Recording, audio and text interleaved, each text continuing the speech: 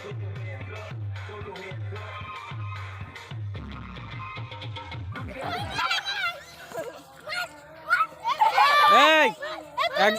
একদিন কত মারছিস কেন? সবাইকে জানাই সরস্বতী পুজোর শুভেচ্ছা, অনেক ভালোবাসা আমার তরফ থেকে। তো সরস্বতী পুজো চলে গেছে, আর এটা হচ্ছে আমার মেয়ের সেকেন্ড লুক।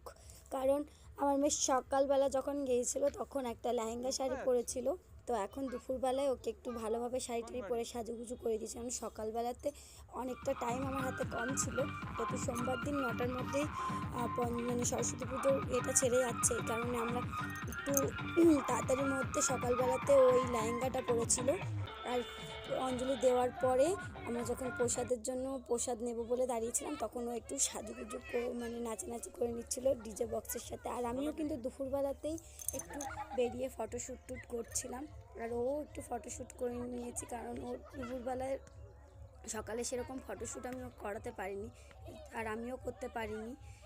বাড়ি এসে কাজ টাজ করতে হয়েছিল, এই কারণে আমি আর ভালোভাবে ফটোশ্যুট কিচ্ছুই করতে পারিনি। এবার দুপুরবেলা আমি আর মেয়ে একটু সাজুগুজু করে ফটোশ্যুট করতে চলে গেছিলাম মাঠে।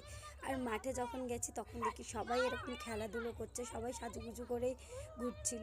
তো এর মধ্যে মারামারি করছিল, বাচ্চারা যারা যেরকম করে, ছোটো ছোটো বাচ্চারা যা করে, এই ওরা খেলা করছিল বলে আমরাও পাশে দাঁড়িয়ে একটু খেলা দেখছিলাম। আর আমি সাইডে কিছু রিলস বানাচ্ছিলাম। আর আমার মেয়েকে খুব ভালো করে চেনে, কারণ এখন অনেক দিন এখানে থাকে, তো সবাই ওর চেনা জানার মধ্যে হয়ে গেছে।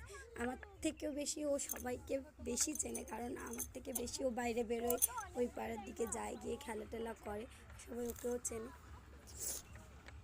তো আমার সরস্বতী পুজোটাতে এরকম করে বেশ আনন্দ করে কেটে গেল। আর আরবি এবছর শাড়ি পরে তো পুরো একদম কুইন হয়ে গেছিলো, কারণ ও একটু বড় হয়ে গেছে। আগের বছর শাড়িটা তো যেমন একটা রাখতে পারিনি, আর এই বছর শাড়িটা পরে তাও ঘুরেছে ফিরেছে। আর এই একটা ওর খুব ভালো বেস্ট ফ্রেন্ড, কারণ ওর সাথে খুব ভালো ফিল্ড ওর।